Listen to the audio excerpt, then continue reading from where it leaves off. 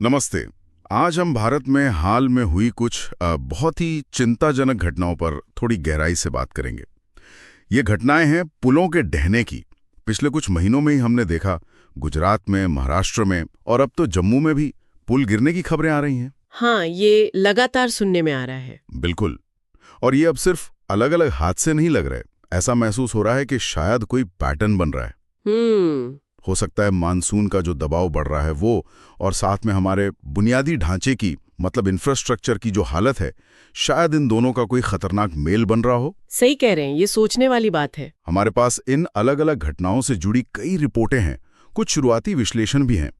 तो आज का मकसद यही है कि इन स्रोतों को थोड़ा खंगाले, समझें कि भाई हुआ क्या असल में, क्यों हुआ, और शायद इन हादसों से क्या बड़े सवाल खड़े हो रहे हैं, क्या सबक मिलते हैं। जी चलिए कोशिश करते हैं परत दर परत इसको समझने की। बिल्कुल। तो एक के बाद एक पुल गिरने की खबर सच कहूं तो विचलित करती है। मन में सवाल उठता है कि क्या ये सिर्फ मॉनसून का मतलब कुछ ज्यादा ही कहर है इस बार, या फिर कहीं कंस्ट्रक्शन की क्वालिटी में ही कोई कमी थी। ये भी हो सकता है। या ये भी हो सकता है कि भाई रख रखाव, मेंटेनेंस, उसमें कोई ढिलाई हुई हो, या फिर जैसा अक्सर होता है ये सब चीजें मिलजुल कर असर कर रही हैं। हाँ, अक्सर यही होता है, कई फैक्टर्स होते हैं। तो शुरुआत करते हैं जून की घटना से। तारीख थी 15 जून 2025। जगह थी पुणे के पास तालेगांव। यहां इंद्राणी नदी पर एक लोहे का पैदल चलने वाला पुल था, कुंडमाला पुल। अच्छा, ये फुटब्रिज था? हाँ, पैदल यात्रियों के लिए। दोपहर का वक्त था, करीब 3:30 बजे का। मॉनसून की बारिश जोरों पर थी और तभी ये पुल ढह गया। ओह। नतीजा बहुत दुखद रहा। कम से कम 4 लोगों की मौत की पुष्टि हुई और 50 से ज्यादा लोग घायल हुए। 50 से ज्यादा घायल, ये तो काफी बड़ा आंकड़ा है एक पैदल पुल के लिए। हाँ बिल्कुल। और यहाँ एक बात जो मतलब ध्यान खींचती है और दुखद भी है, रिपोर्ट्स ये बताती हैं कि ये पुल आधिकारिक तौर पर बंद किया गया था। क्या? बंद था। जी हाँ। मतलब इसे लोगों के आने जाने के लिए सुरक्षित नहीं माना गया था। फिर भी ये पर्यटकों में, घूमने आने वालों में काफी लोकप्रिय था। अरे ये तो बड़ी अजीब बात है। अगर बंद था तो लोग वहां कैसे पहुंच रहे थे? यही तो सवाल है। मतलब क्या कोई चेतावनी नहीं थी, कोई रोकने वाला नहीं था, या लोग जानबूझकर नजरअंदाज कर रहे थे? पता नहीं, पर यह पहलू वाकई चौंकाने वाला है। बिल्कुल। ये घटना तो कई सवाल खड़े करती है। एक तो जैसा आपने कहा, जर्जर या असुरक्षित इंफ्रास्ट्रक्चर, ऊपर से भारी बारिश का दबाव, और तीसरा और शायद सबसे अहम कि नियमों को लागू करने में कितनी ढिलाई है, या फिर लोगों में खतरे को लेकर कितनी कम जागरूकता है। सही कहा। एक बंद पुल पर इतने लोग पहुंच जाएं, ये तो सीधे सीधे दिखाता है कि सुरक्षा को गंभीरता से लिया ही नहीं गया, न प्रशासन ने, न शायद लोगों ने। हाँ, ये लापरवाही वाला एंडू तो वाकई सोचने पर मजबूर करता है। खैर, हादसा हुआ तो उसके फौरन बाद बचाव कार्य शुरू हुआ। एनडीआरएफ की टीमें पहुंची, स्थानीय पुलिस, प्रशासन, सब लोग हरकत में आए। वो तो जरूरी था। सरकार की तरफ से भी प्रतिक्रिया आई।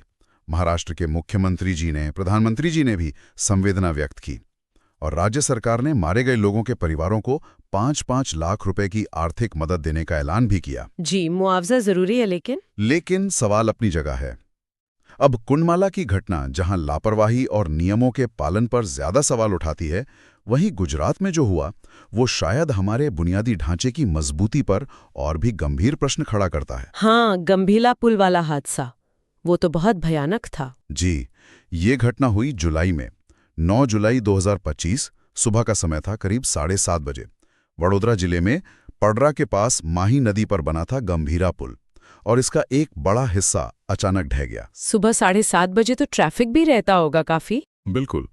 और सोचिए जरा, उस वक्त पुल पर गाड़ियां चल रही थीं, ट्रक थे, पिकअप वैन, माइक्रो वैन, मोटरसाइकिलें, सब की सब सीधे नीचे उफनती हुई नदी में जा गिरी। हे भगवान, मंजर कितना भयानक रहा होगा, कल्पना करना भी मुश्किल है। हाँ, ये हादसा तो कुंडमाला वाले पैदल पुल से कहीं ज्यादा बड़ा और कहना चाहिए विनाशकारी था। जो आंकड़े आए हैं वो दिल दहलाने वाले हैं। 22 लोगों की मौत की पुष्टि हुई और कई लोग घायल हुए। 22 जाने। जी, ये सिर्फ एक पैदल पुल नहीं था, ये वाहनों के लिए एक अहम रास्ता था।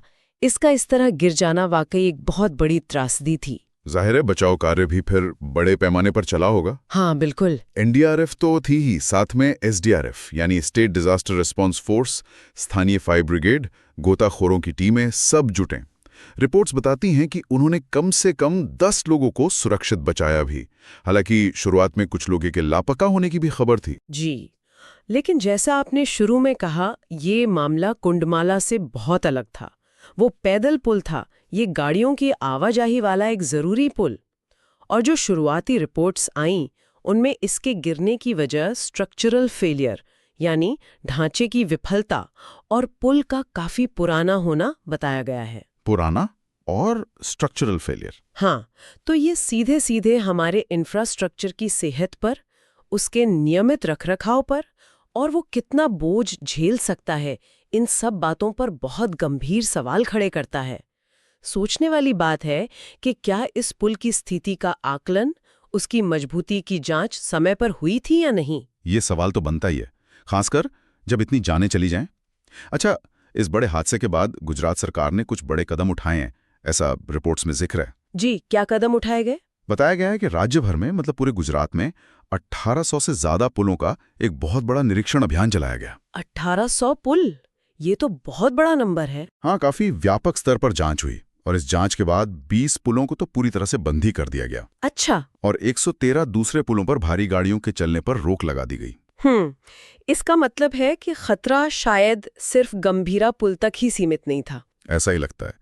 इसके अलावा सरकार ने उसी जगह, मतलब गंभीरा में 212 करोड़ रुपए की लागत से एक नया 2 लेन वाला पुल बनाने की परियोजना को भी मंजूरी दे दी है। चलिए, ये अच्छी बात है कि नया पुल बनेगा। हाँ, और प्रधानमंत्री राष्ट्रीय राहत कोष से पीड़ितों के परिवारों के लिए मुआवजे का भी ऐलान हुआ था। देखिए, ये जो प्रतिक्रिया हुई, इतनी बड़े पैमाने पर निरीक्षण, कई पुलों पर पाबंदी, ये बताती है कि सरकार ने हादसे की गंभीरता को समझा और ये इशारा भी करता है कि शायद समस्या वाकई व्यापक थी। हो सकता है कई और पुलों की हालत भी चिंताजनक रही हो। जी, स्टेट कहते हैं, मतलब सालों से जो रखरखाव टलता आ रहा है, उसका कर्ज अब सामने आ रहा है हादसों के रूप में। ये एक महत्वपूर्ण बिंदु है। लेकिन यहाँ एक और जरूरी बात सोचने की है। क्या ये सारे कदम रिएक्टिव थे, मतलब हादसा होने के बाद उठाए गए? हाँ, ये सवाल तो है। या ये नियमित प्रोएक्टिव जांच का हिस्सा थे? मतलब क्या ऐसी जांच पहले से ही नियमित तौर पर हो रही थी? आदर्श तो यही होता कि पहले से होती। बिल्कुल, आदर्श स्थिति में तो ऐसे निरीक्षण नियमित होने चाहिए ताकि किसी बड़े हादसे का इंतजार ही ना करना पड़े। तो सवाल ये है कि क्या हमारे मौजूदा प्रोटोकॉल्स काफी हैं या उनमें बदलाव की जरूरत है? ये भविष्य की सुरक्षा के लिए बहुत जरूरी सवाल है। बिल्कुल सही कहा आपने। ये रिएक्टिव बनाम प्रोएक्टिव वाला सवाल बहुत अहम है और ये सवाल आज यानी 26 अगस्त 2025 को और भी ज्यादा मौजू हो गया है, क्योंकि आज ही एक और ताजा घटना हुई है। जम्मू पठानकोट राष्ट्रीय राजमार्ग पर एक और पुल ढह गया है। आज ही? ओह, कहाँ पर हुआ ये? ये हादसा हुआ है लोगाटे मोड़ के पास सहार खड्ड नदी पर बने पुल पर। सहार खड्ड?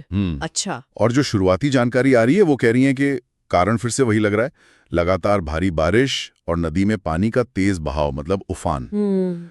ऐसा लगता है कि पुल का जो ढांचा था या शायद उसकी नींव, वो इस दबाव को झेल नहीं पाई। फिर से वही कहानी। हाँ, और इसका सीधा असर ये हुआ है कि जम्मू और पठानकोट के बीच का ये जो अहम रास्ता है, नेशनल हाईवे, वो फिलहाल बंद हो गया है। ये तो बड़ी कनेक्टिविटी प्रॉब्लम हो गई होगी। बिल्कुल, ट्रैफिक को डाइवर्ट किया जा रहा है, इमरजेंसी टीमें वहां पहुंच गई हैं रास्ते को फिर से चालू करने और नुकसान का जायजा लेने के लिए। अभी तक किसी के हताहत होने की, मतलब कैजुअलिटी की, कोई स्पष्ट खबर नहीं आई है। उम्मीद यही करते हैं सब सुरक्षित हों। हाँ, उम्मीद तो यही है। लेकिन ये ताज़ा घटना उसी पैटर्न को और पुख्ता करती दिख रही है जिसकी हम बात कर रहे थे। जी, मॉनसून का जोर और बुनियादी ढांचे की कमजोरी, या जिसे अंग्रेजी में वल्नरेबिलिटी कहते हैं, बार बार यही चीज सामने आ रही है। और ये भी देखना होगा कि ये सिर्फ एक पुल का गिरना नहीं है। ये एक नेशनल हाईवे का हिस्सा है, एक मुख्य धमनी की तरह है ये रास्ता।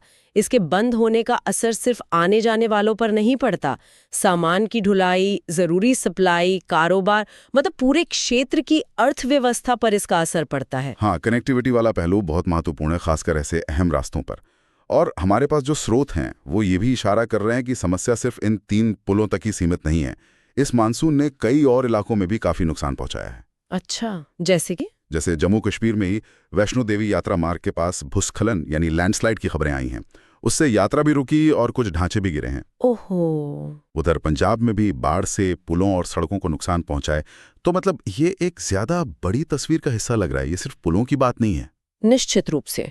गुजरात, महाराष्ट्र, जम्मू कश्मीर, पंजाब, अलग अलग राज्य हैं, लेकिन कहानी मिलती जुलती सी लग रही है।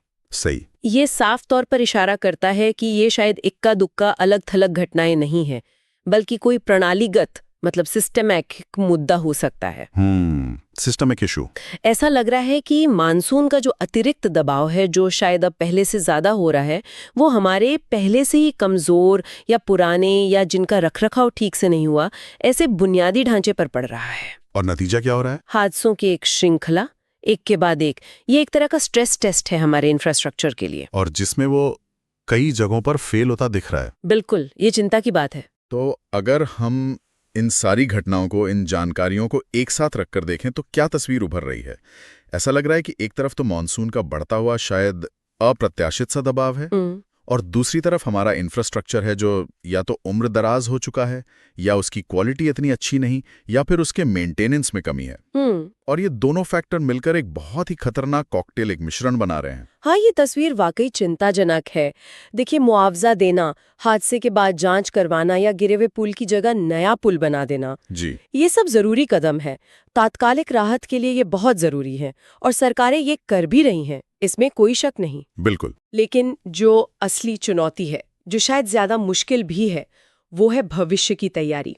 हमें बहुत गंभीरता से सोचना होगा कि भारत के वो इलाके जहां मानसून बहुत भारी होता है, या जहां मौसम की चरम घटनाएं, एक्सट्रीम वेदर इवेंट्स बढ़ रहे हैं, वहां हम अपने बुनियादी ढांचे को, अपने इंफ्रास्ट्रक्चर को ज्यादा मजबूत कैसे बनाएं, ज्यादा टिकाऊ कैसे बनाएं, और ज्यादा लचीला मतलब रिजिलियंट कैसे बनाएं।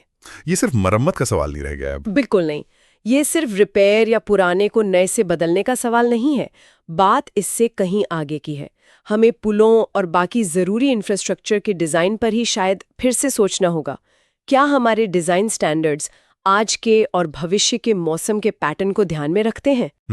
जो मटेरियल इस्तेमाल हो रहा है कंस्ट्रक्शन में, उसकी क्वालिटी कैसी है? जो रखरखाव के प्रोटोकॉल हैं, क्या वो पर्याप्त है, और क्या उनका सख्ती से पालन होता है?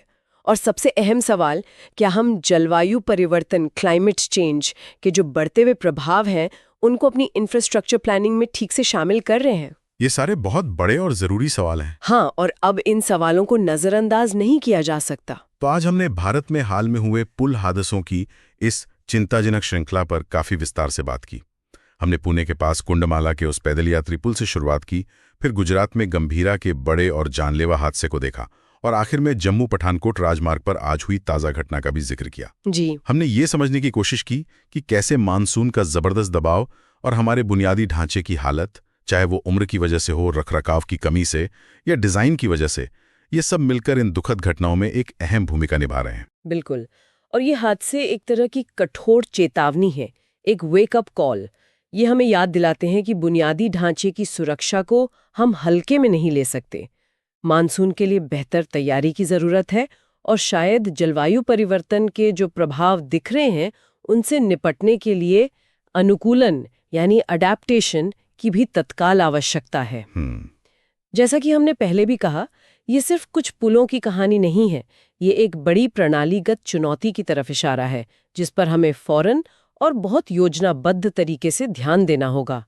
ये हमारी सबकी सुरक्षा का सवाल है। तो अगर आज की इस पूरी चर्चा को हम समेटें तो कुछ मुख्य बातें जो निकलकर आती हैं वो ये हैं। पहली बात, हाल में जो पुल हादसे हुए हैं वो कई राज्यों में फैले हैं, और ऐसा लगता है कि ये मानसून के दबाव और पुराने या कमजोर बुनियादी ढांचे के खतरनाक मेल का नतीजा है। सही। दूसरी बात, हादसों के बाद प्रतिक्रियाएं तो हो रही हैं, बचाव कार्य हो रहा है, मुआवजा दिया जा रहा है, निरीक्षण भी हो रहे हैं, लेकिन जरूरत लंबे समय के पहले से सोचे समझे निवारक यानी प्रिवेंटिव उपायों की है। बिल्कुल, प्रोएक्टिव अप्रोच चाहिए। और तीसरी बात, ये घटनाएं शायद अलग अलग स्थानीय मसले नहीं हैं, बल्कि एक ज्यादा बड़े और चिंताजनक पैटर्न का हिस्सा हो सकती हैं। जी, और अंत में एक सवाल जो शायद हम सबके सोचने के लिए छोड़ सकते हैं, भविष्य में ऐसी त्रासदियों को टालने के लिए सिर्फ मौजूदा पुलों की मरम्मत करने या उनकी जगह नए बनाने से आगे बढ़कर हमें और क्या करना होगा? मतलब पूरे सिस्टम में क्या बदलाव लाने होंगे हमारे शहरों को, हमारे परिवहन नेटवर्क को ज़्यादा सुरक्षित और टिकाऊ बनाने के लिए?